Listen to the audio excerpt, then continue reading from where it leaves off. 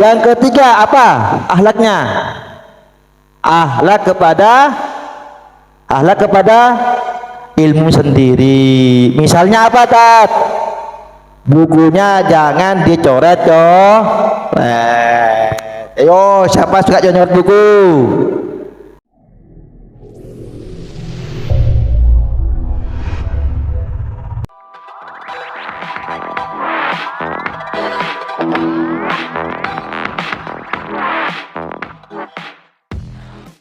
Hari di bulan puasa Ramadan ini, mari kita awali dengan bacaan Al-Fatihah, ubul kitab Al-Fatihah.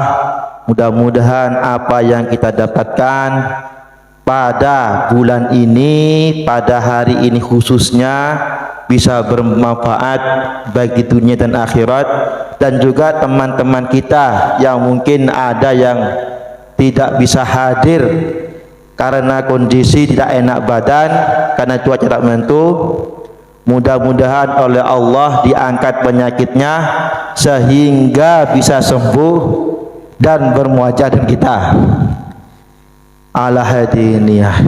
Al-Fatihah.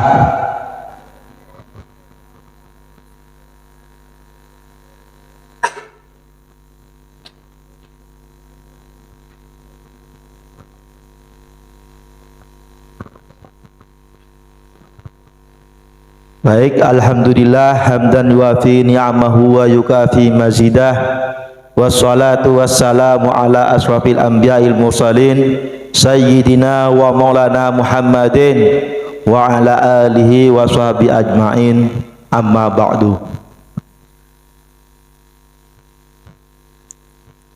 Pertama-tama marilah kita panjatkan puja dan syukur kepada Allah Subhanahu wa taala yang telah memberikan rahmat hidayahnya, khususnya kita di bulan ini bisa sampai bulan ini, yaitu bulan Ramadan. Mudah-mudahan kita bisa bertemu di bulan Ramadan yang akan datang. Allahumma amin. Shalawat dan salam semoga tercurahkan kepada baginda Rasulullah sallallahu alaihi wasallam, yang mana atas perjuangan beliaulah kita bisa keluar dari zaman kegelapan ke dalam Islam, ke zaman nur Islam, yaitu iman dan takwa. Pertama-tama sebelum saya mulai, marilah kita terima kasih kepada teman-teman sekalian yang saya hormati, kepada pengasuh dan sekaligus ketua yayasan Ibu Ustadzah Ilya Puspa, dan juga para asatid dan asatidah SDIT Al-Huda. Baik teman-teman sekalian,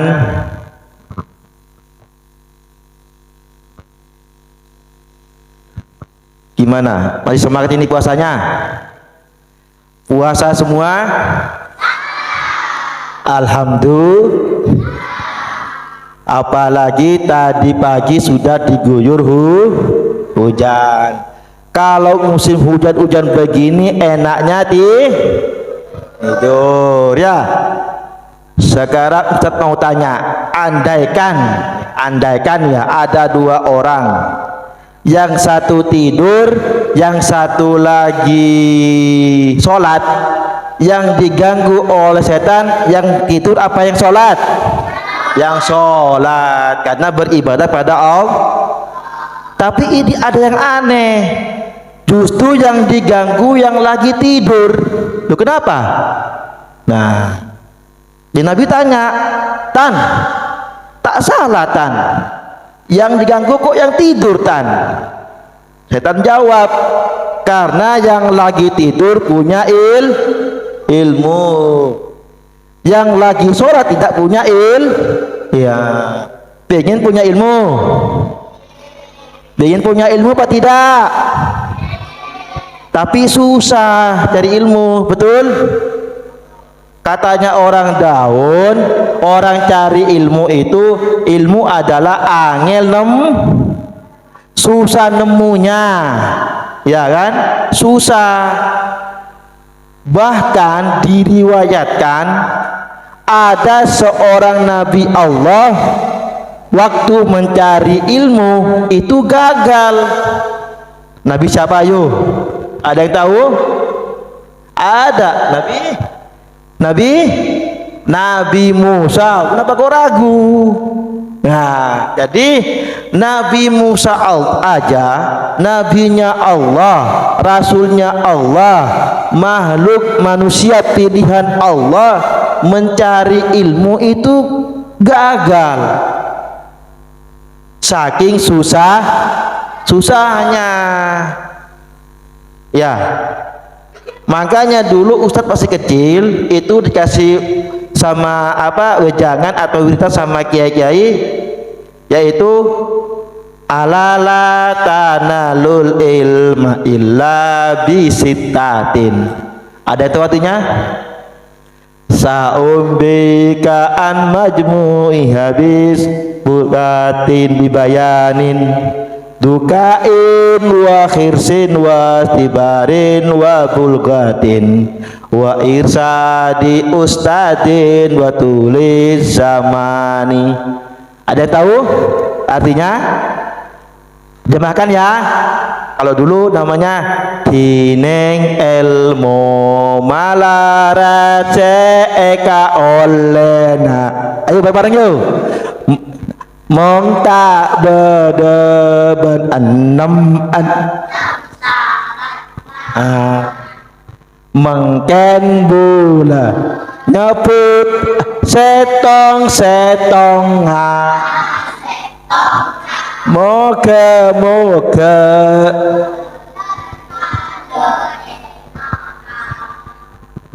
kapeng setong kutu pacem kapeng dua kutu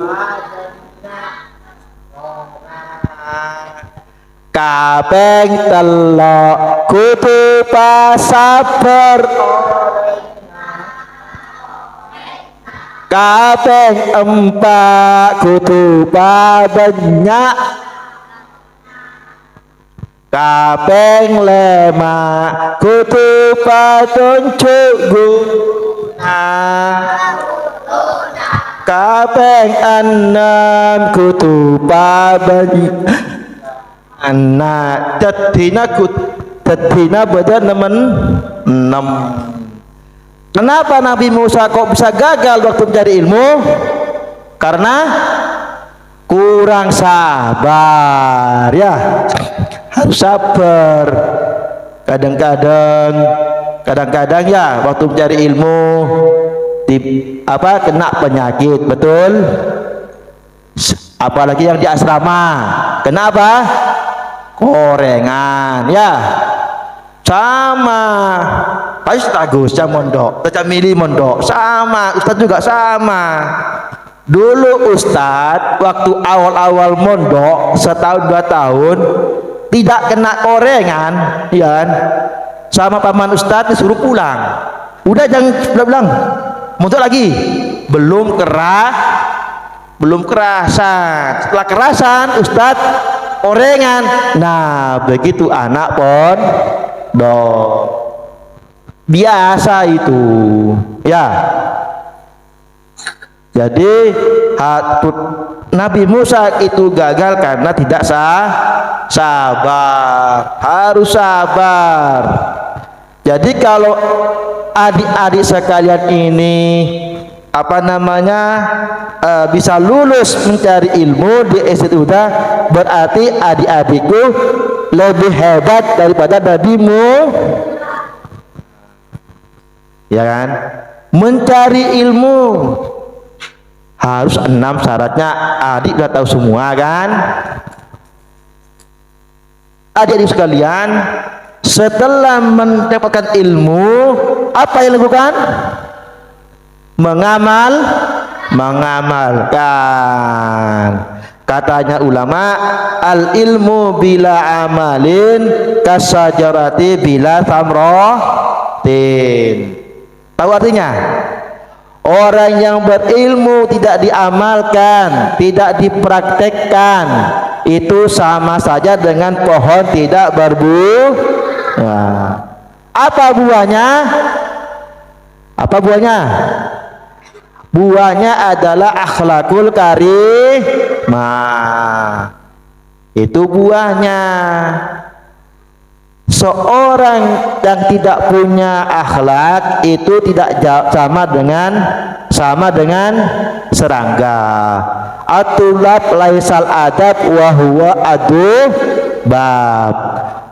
Pencari ilmu tanpa adab itu seperti serangga, ya. Akhlak itu ada berapa, Tat? Kalau dibaginya ada berapa kelompok akhlak? Ada tiga. Pertama, akhlaknya kepada guru atau ustadz. Yang kedua, akhlak kepada sesama teman, tidak boleh menghina, tidak boleh membuli, ya.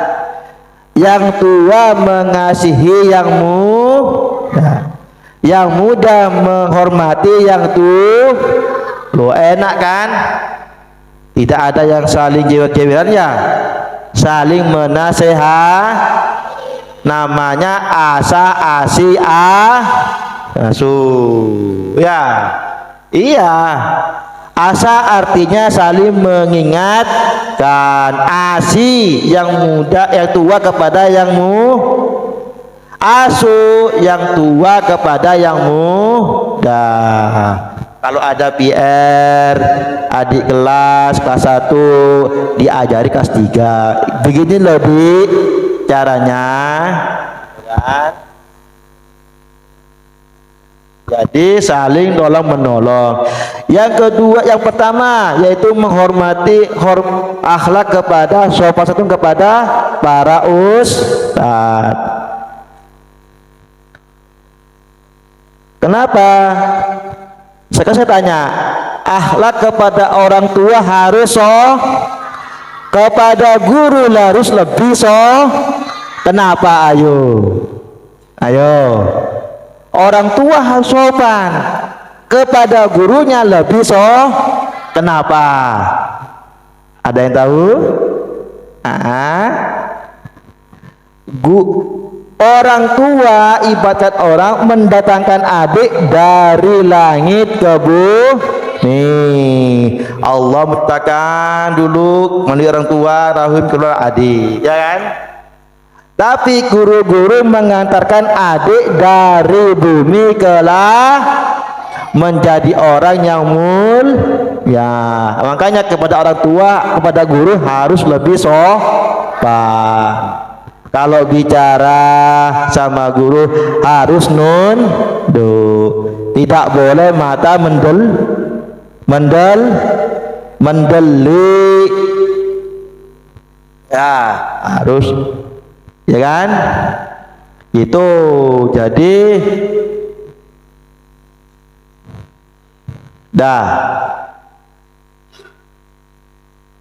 sebulan adik kepada orang tua kandung harus sopan, kepada guru ustadz lebih sopan lagi, ya kan?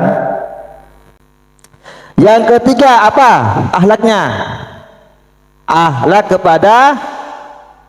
kepada ilmu sendiri. Misalnya apa, Tat? Bukunya jangan dicoret Ayo, siapa suka nyoret buku? Yang kedua, bukunya jangan dirobek Yang ketiga, harus dikasih sampul yang bagus. Supaya apa? Supaya senang melihatnya, senang membuka. Senang, harus dirawat, jangan diinjak-injak, ya. Kadang saya menemukan di depan UKS bukunya dilempar-lempar. Ayo siapa? Jangan dilempar-lempar. harus dijaga ya. Jadi mencari ilmu itu sangat susah, lebih susah lagi merawat dan mengamalkan. Ditanya apa sih mengamalkannya ilmu, yaitu dengan akhlak dan budi pekerti yang baik ya.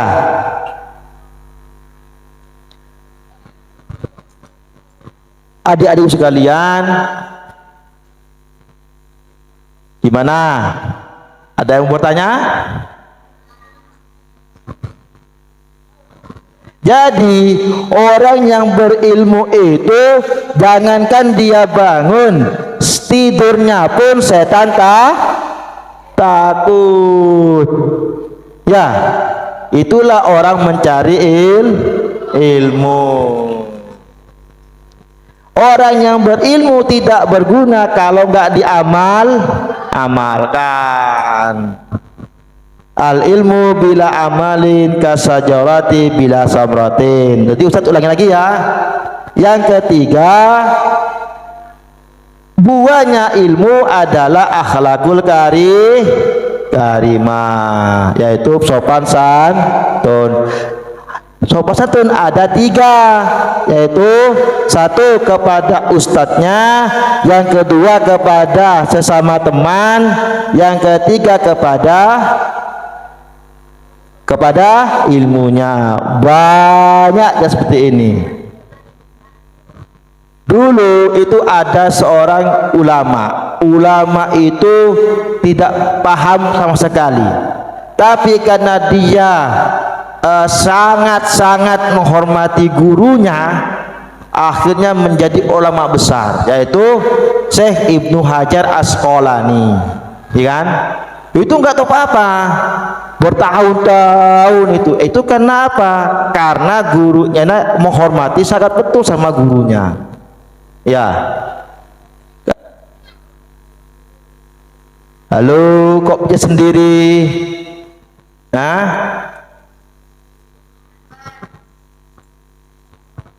itu jadi tanya benar yang susah, harus mencari ilmu harus sabar. Kalau nggak sabar ya seperti ini akhirnya gagal seperti Nabi Musa. Bayangkan aja Nabi Musa loh, rasulnya Allah, punya mukjizat, bahkan bisa ngobrol sama Allah langsung, ya kan? Mencari ilmu loh gagal ya. Nah, jadi kalau adik-adik sukses berarti bisa mengalahkan Nabi amin, Allahumma amin. Yang namanya cobaan pasti datang, barang kebaikan pasti begitu ya. Walaupun itu dianggap oleh orang itu remeh, tapi kalau kita dikerjakan dengan dasar iman dan ilmu, maka tentunya pahala akan numpuk. Misalnya kalau adik-adik ya mau apa yang paling remeh, minum air ya kan, misalnya ya kan, nanti minum air loh lagi panas, oh tahu jangan minum air saat panas, dibiarkan dapat pahala ya. Tahu ilmunya. Oh enggak ditiup, kenapa? Tahu tat, kalau ditiup kan makro tat, enggak ditiup dapat pahala lagi, ingat. Nah, diminum kan sekaligus. Oh iya saya tahu, kalau minum diusahakan dibuat 3 tahapan dapat pahala lah. Remeh kan, tapi numpuk. Oh saya minum, kalau minum tat jangan berdiri tat, harus duduk, nah dapat pahala lah loh. Kalau orang punya ilmu tuh gampang cari pahalanya ya. itu masih minum. Belum lagi kalau lagi apa lagi? Menguap. Nah, menguap harus tutup, dapat pahala lagi. Enak kan? Kalau punya ilmu, ya. Enak kan? Numpuk pahala. Itu masih tahap yang rutinitas. Pastinya seperti sembahyang, belum dia ngaji, belum dia hormat pada orang tua. Nah itu sudah ilmu semua, pahala numpuk semua.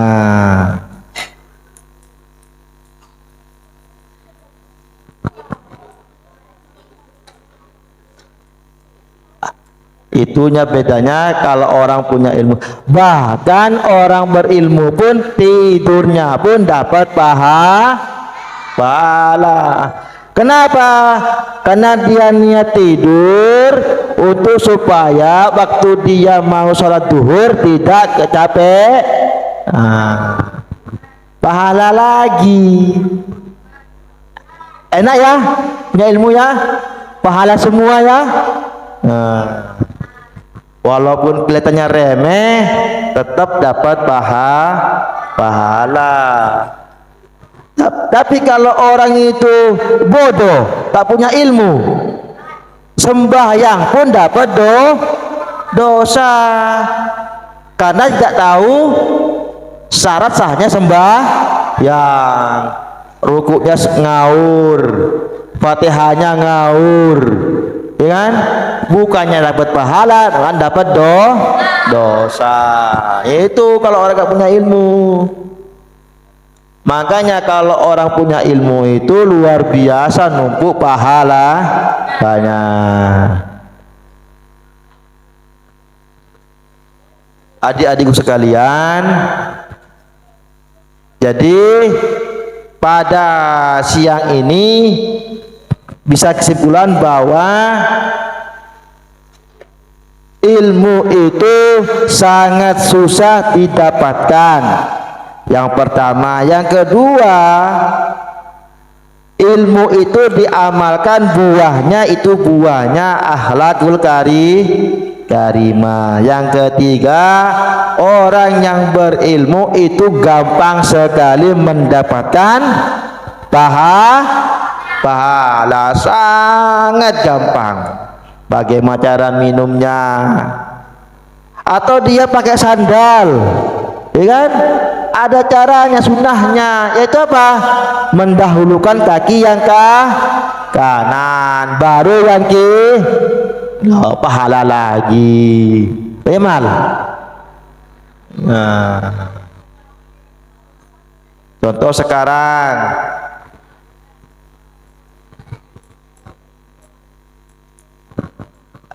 teman-temanku sekalian, sampai jam berapa ini? Jam berapa? Sampai jam 10 ini. Berarti tinggal 15 menit lagi ya.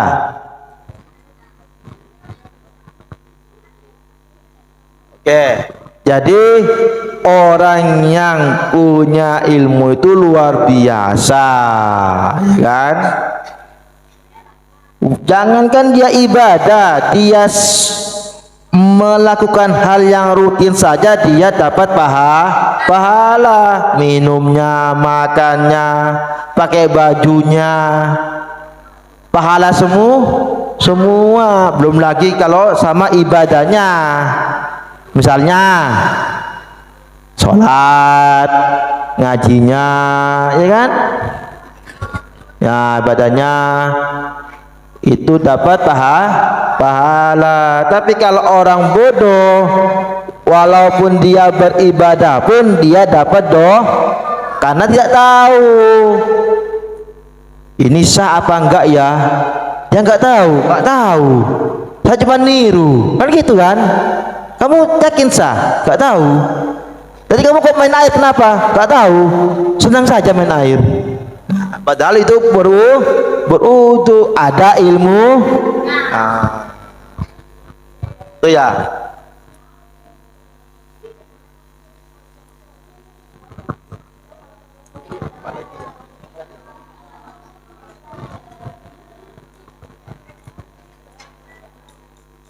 Maka itulah adik sekalian, akhlak yang paling mulia itu tirulah akhlak Rasulullah. Apa Rasulullah? Sidqun, amanah, tablighun, fatah. Apa sidqun? Jujur. Sidqun. Yang kedua tablighun. Apa tablighun? Menyampaikan wahyu. Yang ketiga amanah. Dapat ya, maka Rasulullah itu punya gelar Al-Amin, orang yang dapat dipercaya. Yang keempat harus nyambung lagi, bukain wa khirsin wasdibarin, tajam akal. Nah ya, apapun itu yang utama itu harus akhlak Rasulullah ditiru, yaitu jujur, jangan suka berbohong. Orang kalau sudah berbohong satu kali akan berbohong dua kali akan berbohong tiga pasti itu saja seterusnya. Contohnya, kenapa enggak ngaji? Pulpennya hilang tat, lu gak beli, kopasnya tutup tat, lu kan bohong semua kan? Di rumah enggak dikasih sama ibunya uang sangu, enggak tat, padahal dikasih, kan? Udah terus itu. Jadi orang kalau sekali bohong pasti itu bohong terus untuk menutupi kebohongan yang lain. Jadi tirulah akhlak Rasulullah yang mana beliau itu katanya sidqun, amanat, tablighun, fatana. Ya sekalian ya, selamat menunaikan ibadah puasa. Mudah-mudahan ibadah puasa kita hari ini diterima oleh Allah Subhanahu wa taala. Demikian dari Ustadz. Wallahumma ilakum tarik. Wassalamualaikum warahmatullahi wabarakatuh.